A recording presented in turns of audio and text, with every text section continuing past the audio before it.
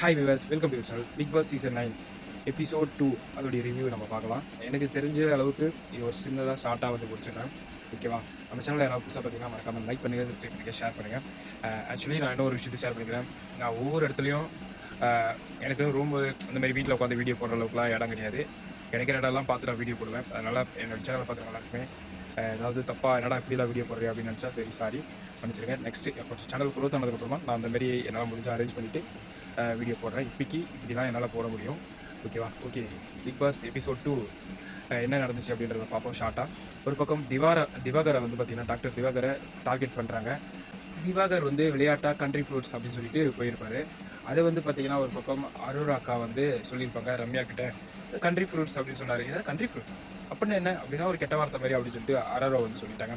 அது சொன்ன உடனே வந்துட்டு இவங்க ஒரு பக்கம் கேட்குறாங்க, என்ன இந்த மாதிரி வார்த்தைலாம் பேசிட்டு இருக்கீங்க, அப்படிலாம் பேசலாமா அப்படின்னு கேட்கும்போது அந்த இடத்துல என்ன நடந்துச்சு, அவர் வந்து சோக்கிங்க அப்படியா, நான் சும்மா நார்மலாக சொல்லிட்டு வந்தேன் அப்படின்னு சொல்லிட்டு திவாகர் வந்து சொன்னார்.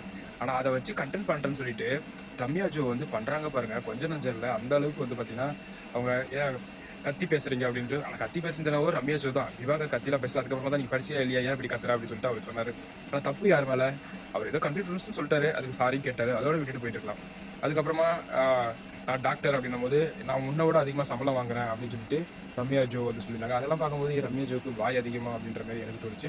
அதுக்கப்புறமா பார்த்தீங்கன்னா அந்த இடத்துல எஃப்ஜே, அதுக்கப்புறமா அவங்கெல்லாம் வந்து நான் என்னுடைய எஜுகேஷன் என்ன அப்படின்றது உங்களுக்கு தெரியுமா அப்படின்னு சொல்லிட்டு அந்த இடத்துல சண்டை போட்டார்.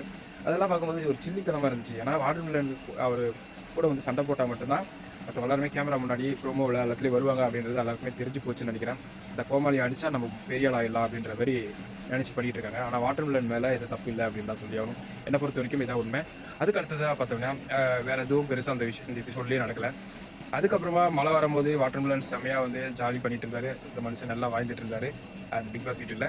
அதுக்கப்புறமா ஓகே, மழைலாம் முடிஞ்சு அடுத்தது இன்றைக்கி கதை சொல்லி ஆகணும் அப்படின்ற மாதிரி கதை 3 பேர் மட்டும் உங்கள் லைஃப்பில் நடந்த விஷயத்தை பற்றி ஷார்ட்டாக சொல்லுங்கள் அப்படின்னு சொல்லியிருந்தாரு.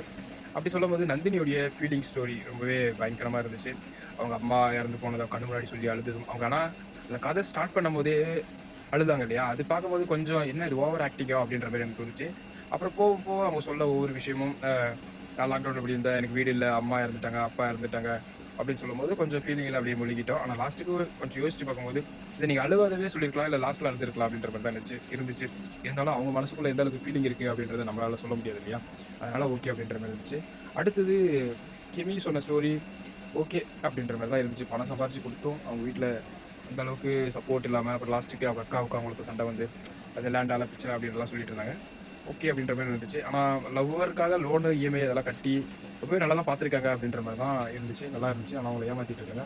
இப்போ ஓரளவுக்கு வந்திருக்காங்க அப்படின்றது ஓகே ஓகே அப்படின்ற மாதிரி இருந்துச்சு. அடுத்தது வந்து பார்த்தீங்கன்னா வாட்டர் மில் ஸ்டார் திவாகர் வந்து அவருடைய ஸ்டோரி சொல்லும்போது பெருசாக வேறு ஏதாவது எக்ஸ்பிளைன் பண்ணியிருக்கலாம்.